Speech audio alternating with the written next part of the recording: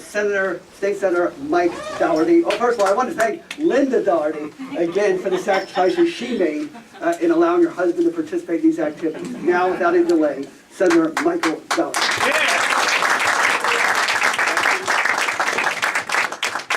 Thank you, Seth. This is Mike, could you step forward because we have some folks in the wings who can't see it from over okay. there. Actually, stand up a little right closer here. Is this the spot? That's it. Okay, I'm glad I'm standing in the right spot. And you know, I thought I was blind, Seth, but when we got the freeholder here that you're introducing the chairman, where's the freeholder?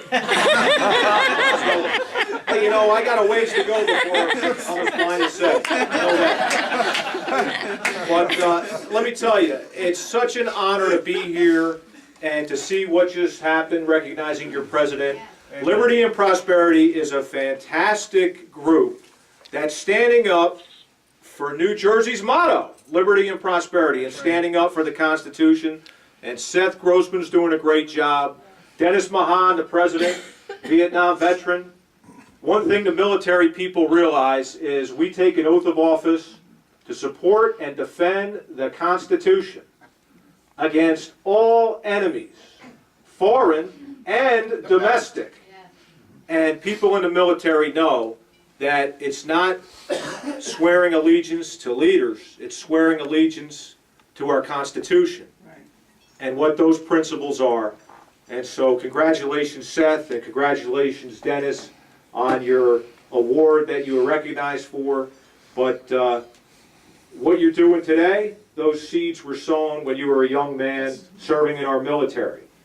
And I think our military is our greatest institution that we have in our country. They've never failed us. They've always been there, and they've always followed the Constitution, which is what they need to do. And I see we have a new, Chairman Davis, we got a new politician right here. What's your son's name? Jonathan. Jonathan. Hey, Jonathan.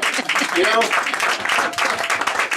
one of these days, I think Jonathan will be knocking on doors as well. And it's good to be here with my friend Chuck Urban as well. One of the last times I saw Chuck, we were at this rally at the Rebel Casino, the Rebel Casino rally. And the reason that we came out to the rally was not because we opposed the Rebel Casino being built. It was that the state of New Jersey was going to subsidize it to the tune of hundreds of millions of dollars. That's what we had the problem with. And really, the government should not be in the business of picking winners and losers. That's right. If you have a good product, you should get out there in a free enterprise system and you should pitch it. And if you make a living, great. And if you can't make it, guess what? That's the market saying, hey, we don't think you're doing a good job. And so unless you get that kind of feedback in a free enterprise system, and it was really a crazy rally. I've been at a lot of rallies across the state of New Jersey, and I'm glad you're all being quiet and listening. But at that rally, I was literally speaking at the podium, and I must have had 50 steel workers right on 2 inches away screaming at me. And it was one good time to see the Atlantic City Police there, because I think if the Atlantic City Police had not been there, the podium that I was standing in front of probably would have been demolished and some other things. But it was quite a memorable rally that we saw. You know, there's a lot of things going on in the state of New Jersey, and one of the big issues that Liberty and Prosperity and Dennis Mahan and Chuck Urban and Seth are really involved in is how we fund our schools.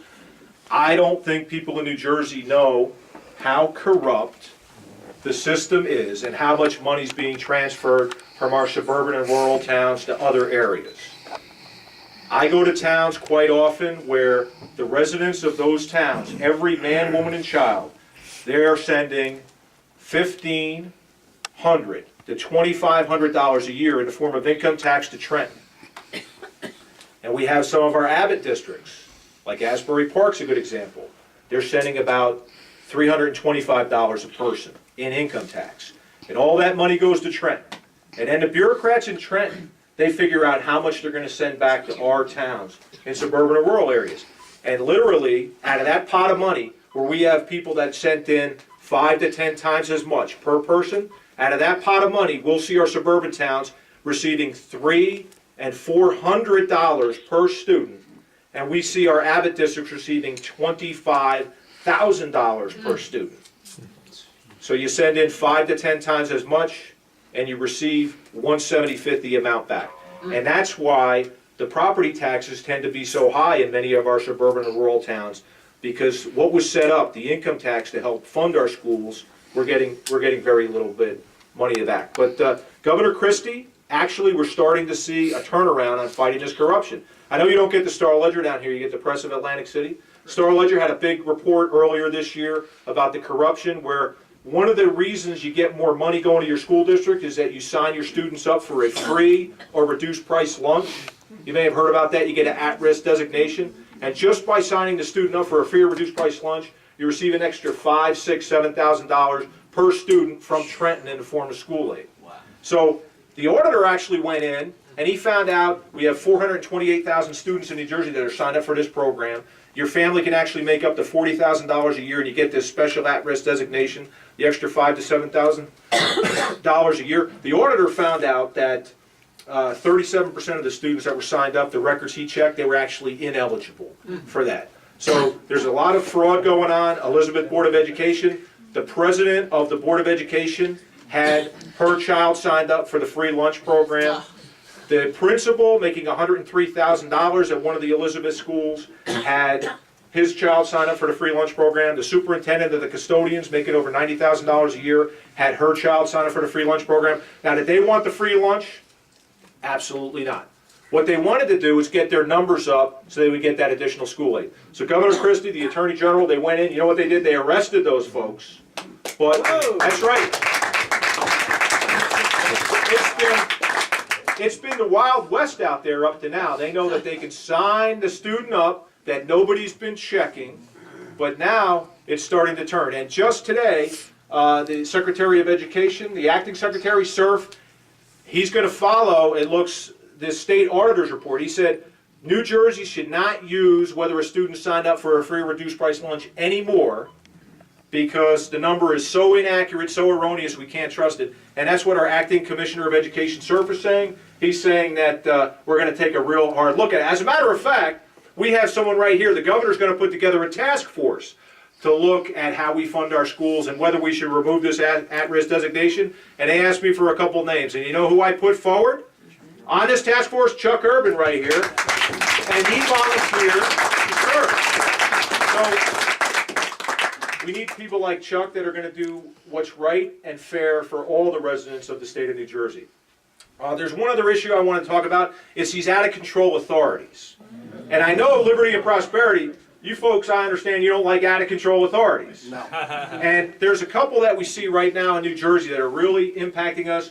Remember September 11th, 2001, the World Trade Center buildings were demolished, and the Port Authority decided that they're going to rebuild Freedom Tower. I don't know if you know that, but Freedom Tower is being built by the Port Authority of New York and New Jersey, and the original price tag was $8 billion.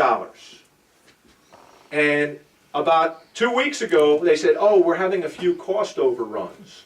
You know what the cost overruns were? $4 billion on top. Now it's going to cost $12 billion. So I have to say, let me get this straight. Lower Manhattan has a 20% office vacancy rate, Lower Manhattan. And we are going to take taxpayer money that they pay in the form of tolls and taxes when they go to the airport, when they go over the George Washington Bridge and all those tunnels, the Lincoln Tunnel, and we're going to make them pay. And now it's gone up to $12 billion. So this is what happens when you have these authorities that have essentially an independent taxing authority. And we need to do better. I tell you what, if they came to me and they said, hey, you know, we had $4 billion of cost overruns, I would have said, you finish those contracts for what you said you were going to do. Don't tell us that we're going to reach in our pockets. And they just did increase the tolls to come up with the additional money for this. And $12. It costs $12 for a car to drive over, to go through the Lincoln Tunnel and drive over the George Washington Bridge. So it's just crazy. And if you're a truck, it's just astronomical, astronomical. We have an issue, just to let you know. If you ever go over between, we come, Linda and I, from Northwest New Jersey. So if you drive diagonally about 3 hours and get almost to the Delaware River, you'll be at our home. And by the way, the reason Linda's smiling so much is that she won at the casino last night. Of course I lost. But Linda won. She won $132 at the slot. So we have some gas money to get home. So we're over near the Delaware River, and one of the bridges that Interstate 95, just north of Trenton. Interstate 95 bridge is called the Scudder's Falls Bridge. This is what independent authorities do, the Delaware River Joint Toll Bridge Commission. There's a bridge, it just passed its recent inspection, it's in great shape, it's free. Imagine that, a bridge in New Jersey, to get out of New Jersey where you don't have to pay. And the Delaware River Joint Toll Bridge Authority wants to tear it down and replace it, and you know how much they want to spend? $250 million. So let me get this, and put a toll up on it to pay for this great new bridge. So they're going to tear down a perfectly good bridge that just passed its inspection, and they're going to put up a toll bridge for $250 million, and we all get to pay it back in the form of higher tolls. So this is the problem with authorities. I know Governor Christie's trying to get it under control, but liberty and prosperity, you got to keep shining the light on these authorities to make sure that they do the right thing. And finally, I want to say this. I am standing here. I was elected freeholder. I know we have 2 freeholders and a sheriff and a chairman and other elected officials. You know, it's really hard to get elected to office. But I will tell you, I was elected to the freeholder board. I represented Warren County. And then I was elected to the assembly. And I was elected to the state senate. I had a really tough race in 2009. The county committee actually, even though I was the senior assemblyman, the county committee went with the rhino as opposed to me. Then I had to run in a primary. But I did what I've always done, and this is what you folks can do as well. Anybody, in my opinion, you can get elected even up to the state senate level by going out and knocking on doors. And that's where conservatives are the most dangerous, in primaries. So if you have an office that you're looking at, that you think you would do a better job, the way to get in that office is you can just go out, you get the voters list, you find out who votes, you know where they live, how old they are, what their name is, how many people are in the house that are voters, most importantly, how often they vote.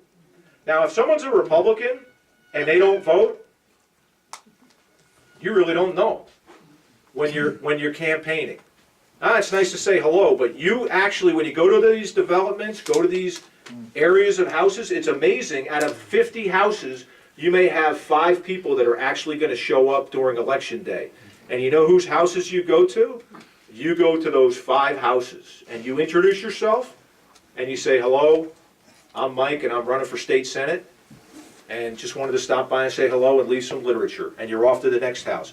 And if you do that enough times, it's really not that hard work. You get a suntan, lose a couple pounds. And you know, your wife doesn't have to cook for you. Because you're out on the road, so that could be good. But you can get elected, especially at the local level. You can even get elected at the county level and up to the state senate level. So I'm really proud to be here with Liberty and Prosperity in Atlantic County. It's a great Republican county. I guess, can I say that? Almost. Okay, I know, but when I was promoting fair school funding, your chairman here has been a real advocate supporting it. Your freeholder board passed the fair school funding plan for New Jersey. I think that's great. And Liberty and Prosperity with Dennis Mahan have been getting municipalities all throughout Atlantic County. So it's wonderful, even though I represent a district 3 hours away, that we have such great friends down here in Atlantic County. And once again, Seth and the whole crew, keep up the great work. It's a real honor to be here. Thank you. Okay, hold on just a